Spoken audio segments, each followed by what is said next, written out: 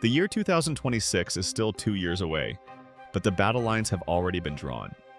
Because Princess Catherine, the Princess of Wales, has just made a strategic move, a diplomatic power play, that is reportedly leaving her sister-in-law Meghan Markle absolutely seething with fury. This is a declaration of war, not on the battlefield, but in the court of public opinion, right here on American soil. Hello, dear viewers, and welcome back to the channel. We cover the monarchy, the history, and the drama that never seems to abate. If you value detailed, respectful analysis of the crown, please take a moment to subscribe and hit that notification bell so you don't miss our deep dives into the ongoing royal saga. Today, we delve into what is perhaps the most calculated move by Kensington Palace since the Sussexes departed for California. We are talking about the long-term plan, the ultimate strategy designed not just to visit the United States, but to subtly yet definitively reclaim the narrative and the global spotlight from Prince Harry and Meghan, the Duke and Duchess of Sussex, in the very place they have worked so hard to establish their new kingdom. The details emerging from royal insiders paint a picture of relentless, exhausting one-upmanship, a constant public relations duel that the Waleses are reportedly desperate to end. And their chosen method? A massive, high-profile tour of the United States in 2026 headed by King Charles III himself, but crucially, anchored by the star power of Prince William and the Princess of Wales, Catherine. The unstoppable anniversary, a royal reset. The timing of this planned trip is no accident. It is a masterstroke of historical significance. The year 2026 marks the monumental 250th anniversary of the signing of the Declaration of Independence of the United States. This is a profound moment in the history of both nations, a time when the relationship between the former colonies and the crown is reflected upon with deep introspection and renewed friendship. For the House of Windsor, this anniversary provides an unparalleled platform. It allows the senior working royals to demonstrate their commitment to the special relationship and showcase the modern monarchy's relevance on the world stage. According to a detailed report published by the magazine Closer, while King Charles III is expected to lead this monumental delegation, the palace machinery is highly focused on ensuring that Prince William, the future king, and Princess Catherine are central to all major engagements. Insiders speaking to the outlet were remarkably candid about the underlying intention of this grand tour. They suggested that the visit will be a chance for the Waleses to subtly reclaim the spotlight from Harry and Meghan on American soil with grace, duty, and real star power. Think about that phrase for a moment. Reclaim the spotlight. For years now, since the Sussexes stepped back and moved to Montecito, California, they have, by necessity and design, become the de facto face of British royalty, or at least British celebrity in the United States. They have secured massive deals with Netflix and Spotify, appeared on countless high-profile American shows, and built a brand based on their independence from the institution.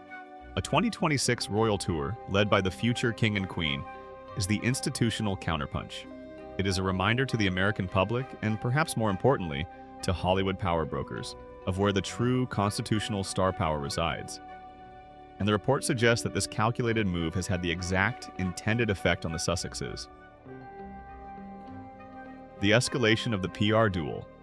The sources claim that the Duchess of Sussex, Meghan Markle, and Prince Harry are profoundly displeased by the news of this massive 2026 endeavor. And the drama isn't just about the future, it's about the present. This planned tour is merely the largest piece in an ongoing, exhausting game of public relations chess, or what the insiders bluntly described as a tit-for-tat PR duel. We have seen, over the last several months, a pattern emerge where every major official engagement undertaken by the Prince and Princess of Wales seems to be met almost immediately by a high-profile, attention-grabbing appearance or announcement from the Duke and Duchess of Sussex. Take, for example, the recent, highly anticipated appearance of William and Kate at the annual Royal Variety performance at the historic Royal Albert Hall in London. This event marked their first major red carpet appearance in nearly 2 years. A significant moment for the future King and Queen to showcase their glamorous, committed partnership and their support for the arts. Yet, almost simultaneously, the Duchess of Sussex landed a major cover feature. She appeared prominently on the front cover of Harper's Bazaar, where she was quoted speaking eloquently about her life, her passions, and notably about Prince Harry's bold love for her. The timing, according to those observing the internal dynamics, was far from coincidental. It was a clear attempt to divert media attention, to ensure that the headlines were not solely dominated by the elegant return of the Waleses to the red carpet, but were split with a compelling, personal story from Meghan in a major American publication. This pattern extends beyond magazine covers. Another insider allegation suggests that even recent, seemingly spontaneous activities from the Sussex camp were calculated attempts to one-up the working royals. The source claims that the recent leak of photographs from the set of Meghan's upcoming film, Close Personal Friends, were carefully managed to generate buzz and media coverage. This leak allegedly coincided with the fallout and coverage surrounding Prince William's recent official trip to Brazil, a key diplomatic and environmental mission for the heir to the throne. Furthermore, we saw Prince Harry undertake a seemingly last-minute trip to Canada. While the details of the purpose of the trip may have been varied, the immediate media coverage it generated served to compete directly with William's ongoing official overseas duties. The palace sources are clear. For the Waleses, this constant need to counteract or defend against the Sussexes' maneuvers is draining. Reclaiming the upper hand, the source speaking to Closer articulated the core frustration felt within Kensington Palace, stating, "Meghan said she's sick of being upstaged, but for the Waleses, the constant one-upmanship is exhausting. So the US trip is their way of reclaiming the upper hand once and for all."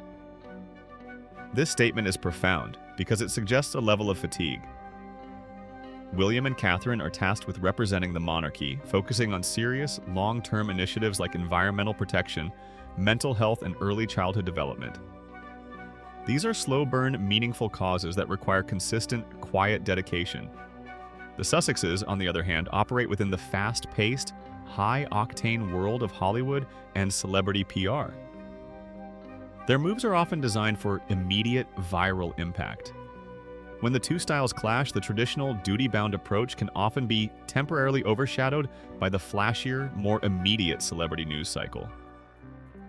The 2026 American tour changes the rules of the game. By choosing the 250th anniversary of the Declaration of Independence, the palace is utilizing a platform so grand, so steeped in historical and political significance, that it is virtually impossible for a celebrity-driven countermove to truly compete. This is not just a photo op, it is high-level diplomacy. It requires cooperation with the American government, engagement with historical institutions, and the presence of King Charles III himself. It puts the focus squarely back on the enduring relationship between the Crown and the United States, positioning William and Catherine as serious, global figures of state, rather than simply celebrities. This move shifts the power dynamic entirely. It forces the attention of the American elite, the politicians, the historians, and the serious philanthropists onto the working royals, marginalizing the independent ventures of the Sussexes, which often focus more on entertainment production and personal narrative. Hatchnatown. The ultimate snub, exclusion from the guest list. As if the strategic planning for 2026 were not enough to solidify the institutional divide, there is another, more immediate sign of the Sussexes' isolation from official royal diplomacy. Reports surfaced earlier detailing plans for a lavish state visit to the United States for King Charles III. Crucially, these plans were allegedly in development under former President Donald Trump, who was reportedly keen to host the monarch in a grand ceremony planned for the spring, health permitting. The nature of a state visit is the pinnacle of international diplomacy. It is a formal, highly structured event involving meetings with the president, a state dinner, and significant cultural engagements. It is an affair of state, not family. Sources close to the planning of this potential visit stated their hope that all the senior royals will come over to support the king during such a monumental occasion. However, the same sources were unequivocally clear about one critical detail. Prince Harry and Meghan, the Duke and Duchess of Sussex, will absolutely not be on the guest list. This exclusion is perhaps the most powerful indicator of their current status relative to the institution. Despite being based in the United States and having established a significant network of contacts, they are deemed unsuitable for inclusion in high-level state affairs. Their absence confirms the palace's stance. Official royal business is reserved exclusively for the working members of the firm. This is a profound snub, particularly for a couple who have repeatedly leveraged their royal titles and connections for their American endeavors. It demonstrates that when the crown engages with the highest levels of the U.S. government, the Sussexes are viewed as separate, independent entities, and their presence would likely be seen as a distraction, or worse, a political complication. The path forward: duty versus independence. What we are witnessing is the final, definitive split between two different visions of royalty. On one side, you have the Prince and Princess of Wales, representing the centuries-old tradition of duty, protocol, and stability. Their power is derived from their constitutional role, their commitment to the institutions of the UK and the Commonwealth, and their eventual ascension to the throne. On the other side, you have the Duke and Duchess of Sussex, who have chosen a path of independence, leveraging their titles for commercial gain and personal advocacy. Their power is derived from their celebrity status, their ability to generate headlines, and their appeal to the American media landscape. The upcoming 2026 tour is the palace's ultimate mechanism for ensuring that the global focus remains fixed on the constitutional line of succession. By placing William and Catherine at the heart of this historic commemoration, the monarchy is sending a clear message. The future is secure, stable, and focused on international relationships built on diplomacy, not just celebrity appeal. The reported fury of Meghan Markle is understandable within the context of this ongoing battle for relevance in the US.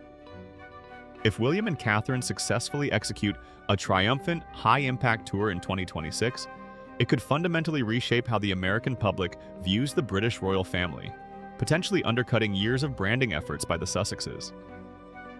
The strategic planning of Princess Catherine and the palace is a long game. It is a calculated, cool-headed maneuver to move beyond the exhausting tit-for-tat skirmishes and secure the institutional high ground once and for all. They are using one of the most significant historical anniversaries in American history to remind the world precisely what real star power tied to duty truly looks like. The stage is set for a dramatic few years. The monarchy is preparing to assert its dominance on American soil, and the Duke and Duchess of Sussex are reportedly watching from the sidelines, realizing that in the grand royal chess game, the crown has just played a move they cannot easily counter. What are your thoughts on this unfolding royal drama? Do you believe the 2026 trip is a brilliant strategic move by the palace to reclaim the spotlight? Or do you think the Sussexes will find a way to pivot and maintain their own influence? Let us know in the comments below. Thank you so much for watching. If you enjoyed this deep dive, please give this video a thumbs up and share it with fellow royal enthusiasts. We appreciate your support, and we'll see you in the next video.